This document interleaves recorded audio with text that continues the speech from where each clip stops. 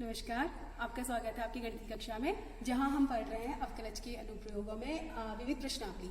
और विविध प्रश्नावली में आज हम ले रहे हैं एग्जाम्पल नंबर 43, जो कि क्या है। देखिए, पानी की एक टंकी का आधार ऊर्ध्वाधर अक्ष वाले एक उल्टे लंब वृत्तीय शंकु है। मतलब कि बच्चों, ये जनरली आप समझिए कि जनरली आप शंकु कैसा बनाते हैं, ऐसा बनाते हैं, बट यहाँ पे क्या कहा है कि ये उल्टा है, लंब वृत्तीय शंकु है। ठीक है, बात समझ में आ गई होगी। जिसका शीर्ष नीचे है, ये भी समझ में आया। इसका अर्ध शीर्ष कोण tan इनवर्स 0.5 है। ठीक है बच्चों, देखो इस पिक्चर में मैंने कुछ चीजें मान ली हैं, आपको समझ आ रहा होगा। माना मेरे पास एक शंकु है, माना शंकु की त्रिज्या कितनी है, r है, ऊंचाई कितनी है, h है, और जो अर्ध बच्चों ये पूरा कोण है, ठीक है, जो उल्टी अक्ष पे बना हुआ है। और मैं कह रही हूँ अर्ध शीर्ष कोण, ये शीर्ष कोण हो गया, अर्ध शीर्ष कोण मैंने मान लिया अल्फा है, अर्ध शीर्ष कोण मैंने क्या माना, अल्फा माना। तो ठीक है, अब हमें देखिए दिया हुआ क्या है कि आगे बढ़ते हैं। इसका अर्ध शीर्ष कोण tan इनवर्स 0.5 है। बच्चों मैंने ये माना था, तो मैंने कहा कि ठीक है, कितना दिया हुआ है, tan इनवर्स 0.5 इसका अर्धशीर्ष कोण है। अर्धशीर्ष कोण क्या था, अल्फा। इसको वहां भेज देंगे, क्या मिलेगा, 0.5 इक्वल टू tan अल्फा। तो यानी कि यहाँ पे हमें tan अल्फा की वैल्यू क्या मिल रही है, 5/10 या 1/2। ठीक हो गया। अब जो मैंने यहाँ पर कोई ये पिक्चर बनाई है, इसके हिसाब से आपको एक चीज नजर आ रही होगी। यहाँ पर को एक फिर से ये आपको पता है एंगल है, एंगल के सामने मुझे लंब है, यहाँ पर कोई ये समझ आ रही होगी आपको। तो यहाँ पर को इस अगर ट्रायंगल में देखूं तो मुझे क्या मिलेगा, tan अल्फा इक्वल टू लंब बटे आधार। तो चित्र से आपको क्या मिल रहा है, देखिए tan अल्फा इक्वल टू लंब बटे आधार, यानी कि r/h। ये भी tan अल्फा था, ये भी tan अल्फा था, तो मैं एक प्रकार से क्या कह सकती हूँ, r/h इक्वल टू 1/2। फिलहाल इसको एक पे छोड़ देते। मैंने आपसे बहुत बार कहा है कि प्रश्न अच्छे से पढ़िए, प्रश्न को समझिए, प्रश्न को डिकोड कीजिए, आपको बहुत सारी इंफॉर्मेशन मिलेगी। मुझे क्या information milli, r/h equal to 1/2। ठीक है, आगे बढ़ते हैं। अब ये क्या कहता है, इसमें 5 मीटर पर, देखिए 5 मीटर क्यूब पर मिनट की दर से पानी भरा जाता है। हम इससे पानी भरते हैं, तो पानी के स्तर का बढ़ने की दर ज्ञात करनी है आपने, जब टंकी की ऊंचाई 4 मीटर है। बच्चे पहले पानी की इतनी होगी, हम उसमें पानी डाल रहे हैं तो आपको पता है इसका वॉल्यूम अपने आप बढ़ेगा। तो इससे में दिया क्या है, देखिए इसमें 5 मीटर क्यूब पर मिनट की दर से, बच्चों यानी कि 1 मीटर, ठीक है, 1 मिनट में इसमें इतना पानी। तो यानी कि आपको मेरी बात समझ में आ रही होगी। ये आपने पहली एक्सरसाइज जो पढ़ी थी अवकलज के अनुप्रयोगों में, वहां पर आपने ये इस टर्म का मतलब समझा था कि हमें क्या दिया गया है। यहाँ पर हमें देखो मीटर क्यूब है, तो यानी आयतन की बात हो रही है।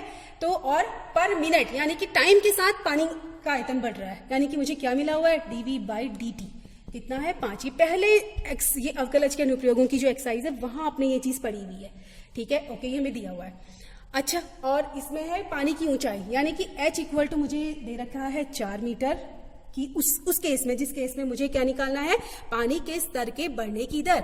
यानी कि मुझे क्या निकालना है, पानी का स्तर बढ़ेगा तो मेरी क्या बढ़ेगी, हाइट बढ़ेगी, और किसके साथ बढ़ेगी, समय के साथ। यानी कि मुझे dh/dt निकालना है, और इस केस में मैं यहाँ ये वैल्यू पुट करूंगी। देखिए कैसे, आयतन पे आए, पानी, अब आपको शंकु की बात की गई है, शंकु का आयतन v equal to 1/3 pi r²h।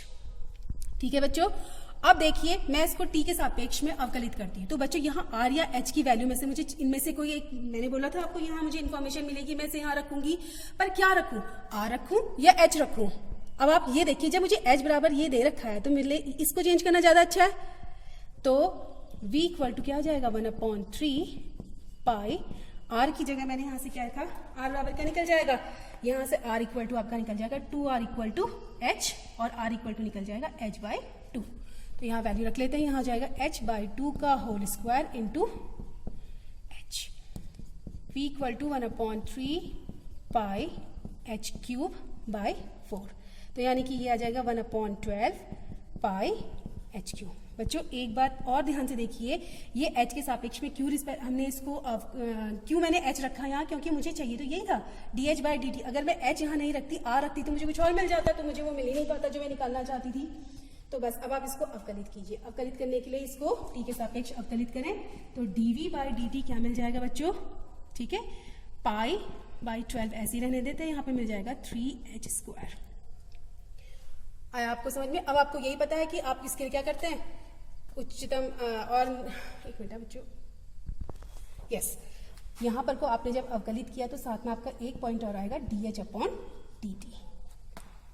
आपको मेरे ख्याल से मेरी पूरी बात समझ में आ चुकी होगी। अब dv बाई dt की वैल्यू आपको दी हुई थी कितनी, 5 बराबर पाई की वैल्यू आप लोग रख लीजिए 22/7 और 3h आपको दिया हुआ था इस केस में 4, तो 4 चक्को 16 dh/dt ये मुझे निकालना है। तो मैं थोड़ी कैलकुलेशन कर लेती हूँ, कैलकुलेशन कर लेते हैं। तो ये आ जाएगा 5 × 7 × 12, ये जितना भी एक्स्ट्रा है इनको सब नीचे कर लेते हैं, 3 × 22 × 16, मुझे निकालना है dh/dt। देखिए तो बच्चों dh/dt मेरा निकल गया 7×5 35, 22×88, ठीक है। अब बच्चों हम आपको पता है कि क्या निकाल रहे हैं, गहराई निकाल रहे हैं, तो ये आ जाएगा मीटर और किसके सापेक्ष में, समय के हिसाब से, ठीक है, मीटर पर मिनट। तो ये इस क्वेश्चन का आंसर निकल चुका है।